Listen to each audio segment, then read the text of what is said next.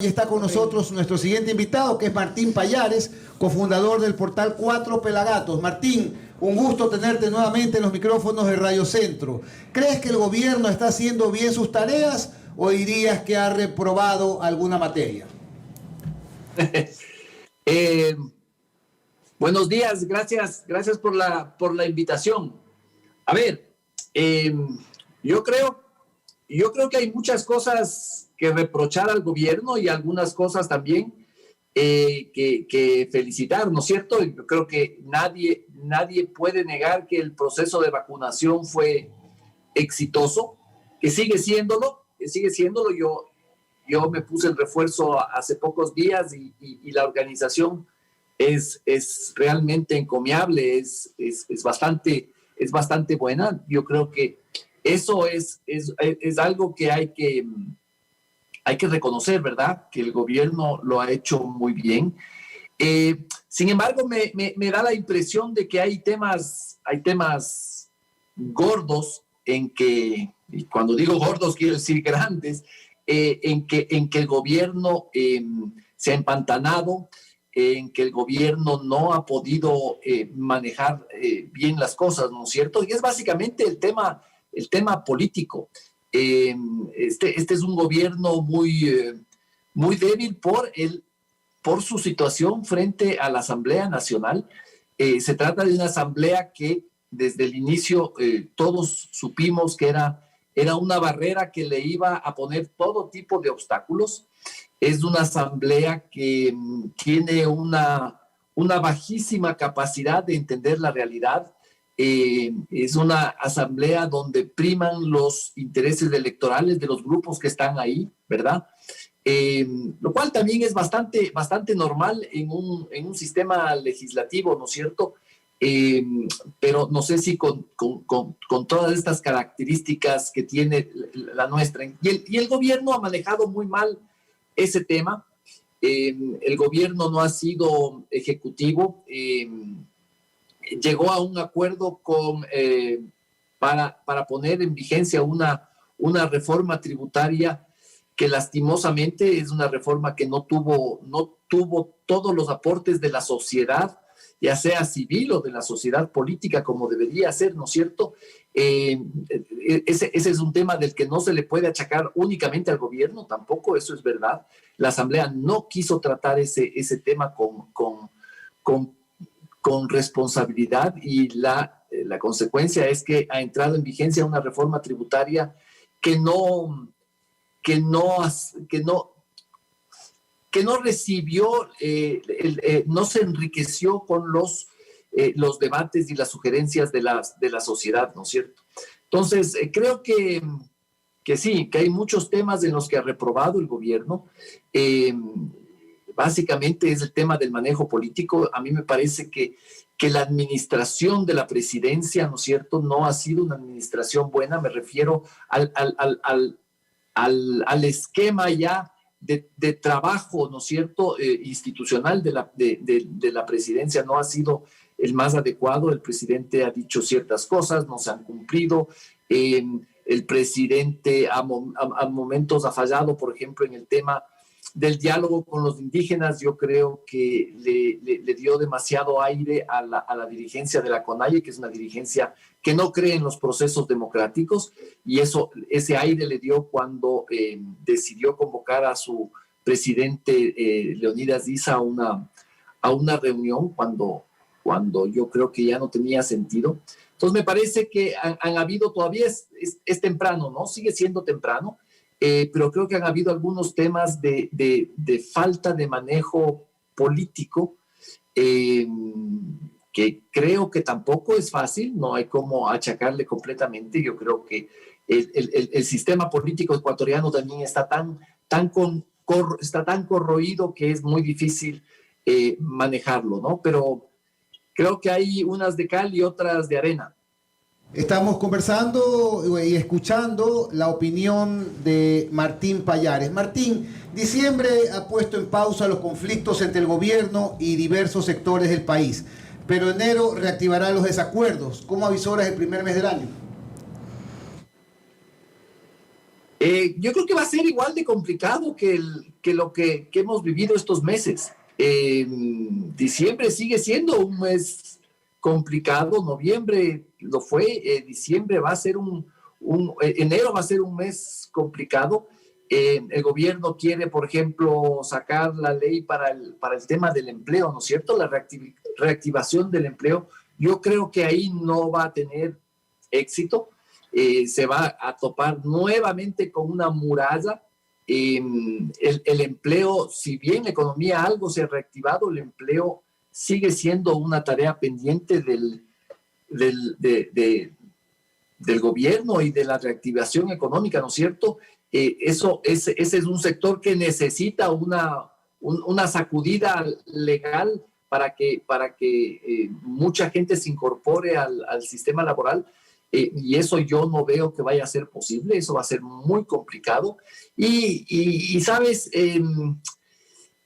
como el tema de la muerte cruzada, aunque sea como una amenaza, ya pasó, porque el gobierno en los actuales niveles de popularidad que tiene ya le veo muy difícil que pueda acudir a esa cosa, entonces a esa figura constitucional, entonces me parece que va a ser muy complicado que use ese concepto incluso como una espada de Damocles sobre la Asamblea para conseguir cosas. Entonces, y si a esto añadimos que el hecho de tratar de sobrevivir con mayorías móviles, que incluso es muy difícil conseguir, y yo aviso que va a ser un inicio de año muy complicado para el gobierno.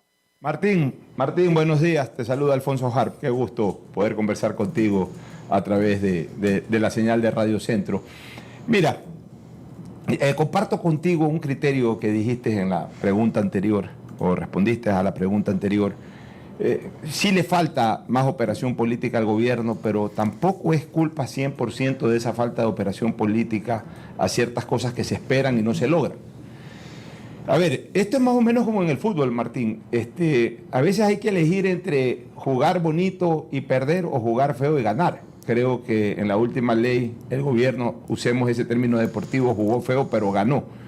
Y es que es muy difícil jugar bonito en política porque al final de cuentas a nadie le gusta el juego siempre, por más bonito que aparente.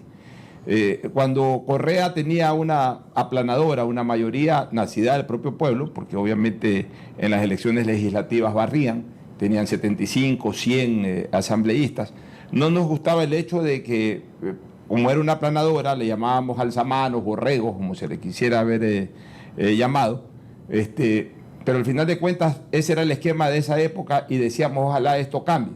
Pero resulta que ahora cambia, que ahora está atomizada la asamblea y no hay cómo llegar a acuerdos tampoco, porque si el gobierno por ahí se consigue los votos del correísmo, pero ¿cómo así se consiguieron el voto de los correístas? ¿Qué hay atrás de eso? O sea, siempre habrá algo atrás de un acuerdo político, no hay almuerzo gratis como se dice en las esquinas, mi querido Martín, siempre habrá algo, siempre si se consiguen los votos de los socialcristianos habrá algo, si se consigue el voto de la izquierda democrática habrá algo, si se consigue el voto de los correístas habrá algo, si se consigue el voto de los pachacúticos habrá algo, o sea, siempre habrá algo en todo tipo de negociación política, pero la gente ahora con las redes sociales explota por todo, rechaza todo, entonces es muy difícil también operar políticamente, contrario a un censum de como era antes, cuando se armaban las grandes aplanadoras, nadie opinaba, no había manera de opinar, opinaban solo los medios de comunicación, 4 editorialistas que por ahí hacían su comentario y pasaba de agache, como se dice, y obviamente en los congresos de esa época había mucho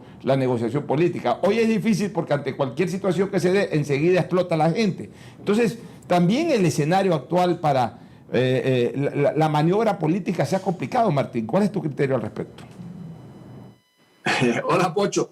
Sí, esto es un dilema como el de los bilardistas versus los menotistas, ¿no?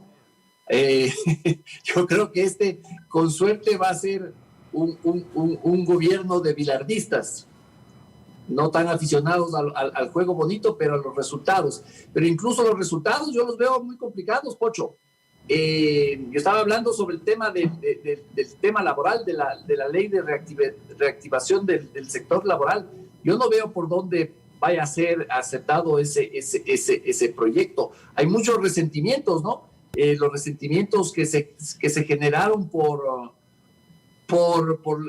el no cumplimiento de ese acuerdo que hubo a inicios del gobierno. Hay sectores que le declararon el odio eterno al gobierno de Lasso. Eso puede cambiar en política, todo es absolutamente posible. Ahora, pensemos en el tema del acuerdo con el correísmo. Claro que a mucha gente no le gustó y es normal, pero ese va a ser un tema que yo creo que también le va a pesar mucho a Lasso, que lo va a salpicar, ¿no? Cualquier cosa que ocurra con Glass va a salpicarle terriblemente a Lasso y le va a carcomer donde ahí precisamente donde le estaba yendo bien a Lasso, que es en la opinión de un sector de la sociedad civil no tan politizada, de la clase media, que yo creo que ahí estaba muy fuerte el gobierno de Guillermo Lasso, ¿no es cierto? Tenía unos niveles de apoyo bastante significativos a pesar de los problemas,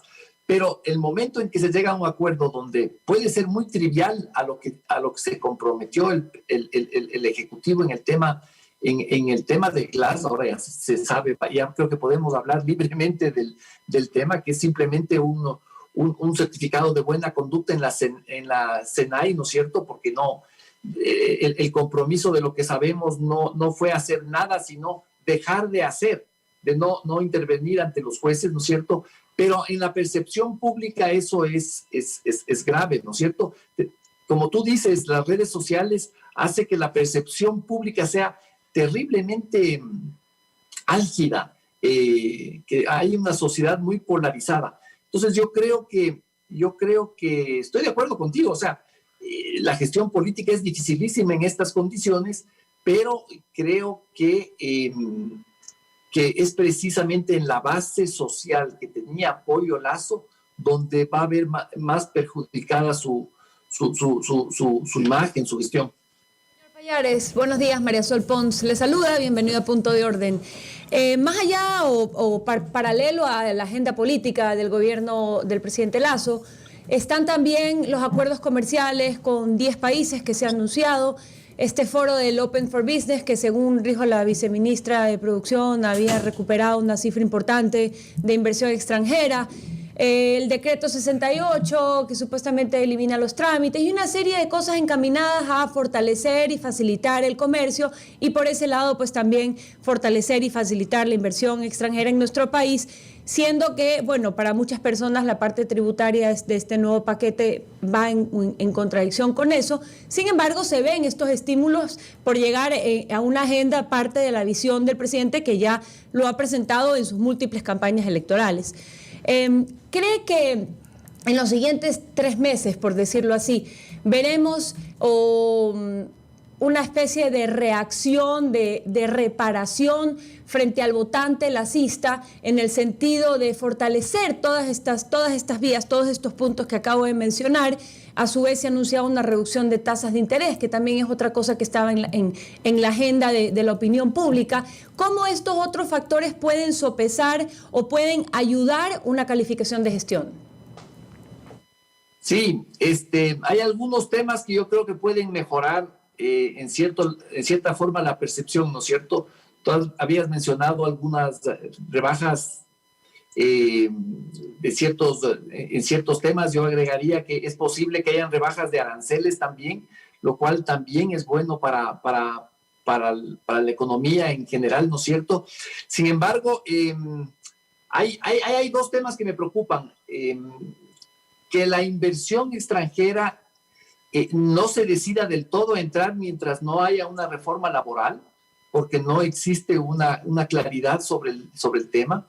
Y el otro tema es los efectos que tenga la reforma tributaria ya en la sociedad, ya cuando los ecuatorianos empiecen a tener que pagar los impuestos y obviamente a nadie le gusta pagar impuestos. Entonces me parece que si bien hay temas que pueden ser positivos, otro tema que puede ser positivo es que los ingresos al país se mejoren por el incremento en los precios de las commodities, ¿no es cierto? Aparentemente hay una tendencia al alza del petróleo, de las materias primas, de las cosas de agricultura. Eso puede ayudar a que el gobierno tenga cierta holgura y haga ciertos proyectos sociales que ha anunciado, ¿no es cierto?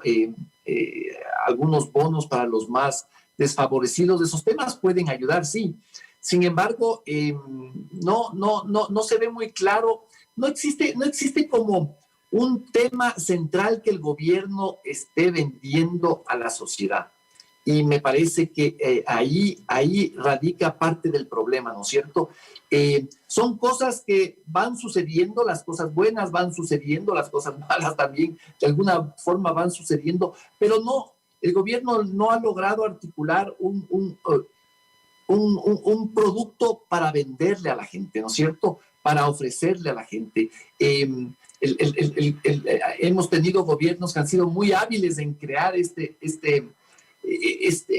framing, esta idea de vender ciertos productos sociales, digamos, ciertas ideas en general, y creo que al gobierno le falta todavía eso.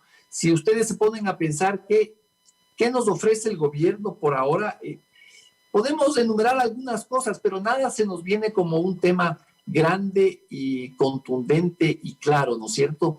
Entonces, eso me hace tener ciertos temores sobre el nivel de popularidad y de apoyo que tenga el gobierno de Lasso en el año que se viene. Sí, es casi como que se encontrara en la necesidad de hacer un avance táctico, saliendo de la trinchera del inmovilismo, siendo que, como bien usted ha descrito, tiene una asamblea que con digamos, desafectos claramente declarados y establecidos, posturas desafiantes como la reforma laboral, que es súper necesaria, pero la Asamblea, como también usted lo describía, tiene una capacidad para no ver la realidad, para desconectarse de lo que realmente representa al ciudadano a pie y más bien conectarse con sus enquistamientos políticos y partidistas. Sobre eso le quiero preguntar, ¿cuál es su visión de lo que sucederá hoy en el debate por Pandora Papers? A ver, ese es un tema que llega muy gastado, con muy poco prestigio.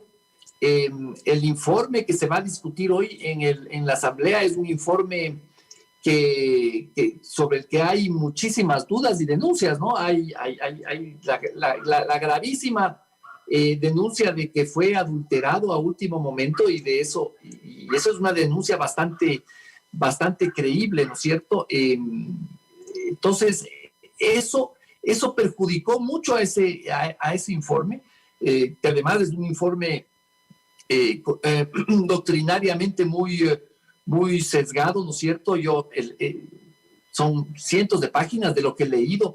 Me parece que es simplemente un gran informe, es un gran alegato contra el sistema financiero ecuatoriano, más que un tema que tenga que ver con los puntos que supuestamente deberían ser los claves en un informe de las relaciones entre Lasso y los Pandora Papers. Aquí lo que vemos son como 300 páginas sobre la historia del Banco de Guayaquil, sobre la historia de la banca en el Ecuador, etcétera, etcétera. Es un alegato doctrinario más en contra del sistema financiero del Ecuador. Es bastante panfletario en ese sentido, ¿no es cierto? Ahora bien, el correísmo va a tratar de lucirse después de lo ocurrido con la ley tributaria. Van a tratar de sacar todas sus armas. No va a tener los votos. Marisol, no creo que vaya a tener los votos del informe. El Partido Social Cristiano ha sido muy claro, ha dicho que no va a dar los votos para eso. En Pachacutic veo que hay una división porque por este problema que yo anotaba hace un segundo, que es los problemas del informe, los problemas legales, ¿no es cierto? Entonces, yo creo que no vaya a pasar mucho. Ayer el Consorcio Internacional de Periodistas de Investigación publicó liberó los documentos de la investigación. Tampoco se ve que haya mayores cosas que le den más combustible al correísmo para este tema. Entonces, yo creo que todo esto no va a pasar de ser nuevamente una caja de resonancia de muchas estridencias en la Asamblea, ¿no es cierto? Unas estridencias doctrinarias, con un discurso que ya conocemos, ¿no es cierto?, enemigo del capital, enemigo de las inversiones, y el discurso de la ilusión de impuestos, que es lo que más ha tratado de sacar. Ahora, me parece que uno de los temas que más van a enfocarse los correístas ahora es en el tema de la cesión de estos offshores del presidente Lasso a su familia, ¿no? Creo que de lo que vi ayer en las publicaciones en redes, sobre todo del ex candidato Andrés Arauz, se va a cuestionar mucho el que esta cesión haya sido a los hijos. Entonces, veamos a ver qué pasa. Perfecto, Martín. En mi última pregunta, pero reflexionando sobre lo que ha dicho Arauz, entonces, ¿a quién tiene que legarle Lasso su patrimonio bien habido? Capaz Arauz lo quiere para él. Al vecino hay que darle. Increíble, cualquier cosa hablan ciertos políticos, ¿no? O sea, ¿a quién tiene que dejarle en legado el patrimonio bien habido de una persona? Porque nadie puede discutir que el patrimonio de Lasso es un patrimonio bien habido.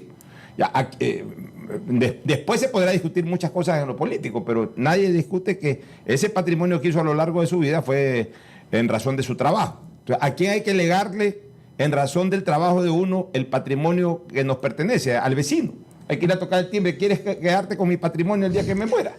Increíble cómo piensan algunos políticos como el señor Andrés Arauz. Pero justamente en este tema, Martín, para terminar de mi parte, ¿tú no crees que... a ver, ahí es cuando yo creo que el gobierno hoy debe demostrar operatividad política. Hoy quiero ver a la señora ministra de Gobierno, que se la ha visto muy poco en operatividad política.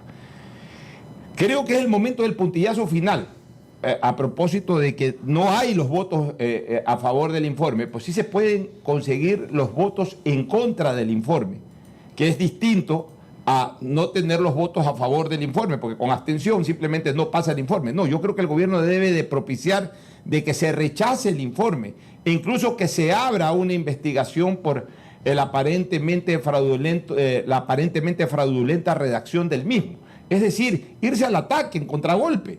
O sea, es el momento propicio. Ahí es cuando se requiere operatividad política, para que se consigan los votos, no solamente para no aprobarlo, sino que con otra moción, porque seguramente se presentará primero la moción de aprobación, no habrá los votos para aprobar. Debería el gobierno presentar una moción de rechazo y de propiciar la apertura de un proceso de investigación para terminar de matar aquello. Esa es una especie de puntillazo final, y no dejarlo ahí boteando, no dejarlo simplemente el hecho de que, bueno, no hubo los votos para aprobar ese informe, pues tampoco se lo rechazó, tampoco se lo condenó. Pienso que el gobierno debería trabajar intensamente para impulsar una moción de rechazo e incluso de apertura de investigación, que de hecho y de oficio lo ha hecho la Fiscal General de la Nación. ¿Qué opinas, Martín, al respecto? Sí, yo coincido contigo, Pocho. Me da la impresión de que en la Asamblea le hace falta, vamos a ponerle una palabra, le hace falta agresividad al gobierno. Han habido algunas, esto que tú mencionas ahora es un caso, pero han habido algunos otros casos donde yo creo que podían haber aprovechado y debilitado a sus rivales, ¿no es cierto? Está el tema, por ejemplo, de la asambleísta de Sintonio. Nosotros en Cuatro Pelagatos publicamos un reportaje que nadie ha negado, ni siquiera ella, de que ella no podía ser candidata para asambleísta porque había sido censurada como miembro del Consejo de Participación Ciudadana. Sin embargo, nadie ha hecho nada, nadie ha tenido la iniciativa en la Asamblea de iniciarle algún proceso a esta señora que, si bien a raíz de nuestra publicación bajó un poco la agresividad y su protagonismo, pero no se ha abierto ningún proceso. Se habla muchísimo de testaferrismo ahora por el tema de los Pandora Papers. Y hay un caso clarísimo de testaferrismo en el que está metido el principal asambleísta de Alianza País, que es Fausto Jarrín. En Cuatro Pelagatos publicamos sobre cómo él compró con plata que nadie sabe de dónde salió, $800,000, una casa aquí que se llama la Casa Coloma. Es un inmueble patrimonial que está aquí en Quito, en el norte de Quito, ¿no es cierto?, cerca del Hotel Quito. Compró, y esa casa se la derrocó a los pocos días de comprada por Fausto Jarrín, cuando en una época en que él no pagaba un centavo de impuestos porque no tenía dinero. no ha habido una sola iniciativa en la Asamblea de iniciarle un proceso por testaferrismo del que tanto se habla al señor Jarrín. Entonces, me parece que no sé si es la bancada, es del Ministerio de Gobierno, es del gobierno en general, le falta algo de malicia, ¿no es cierto? En la Asamblea, Pocho, tú sabes lo que es la Asamblea, yo también conozco la Asamblea por muchos años, se necesita un poquito más de combate, de cierta beligerancia, ¿no es cierto? Incluso en el sentido positivo, que no lo he visto mucha inocencia en ese sentido, Pocho. Así es, Martín, así es, comparto contigo. Bueno, muchísimas gracias por tu análisis y tu opinión, Martín, aquí en Radio Centro. Muchísimas gracias a ustedes tres. Un gusto.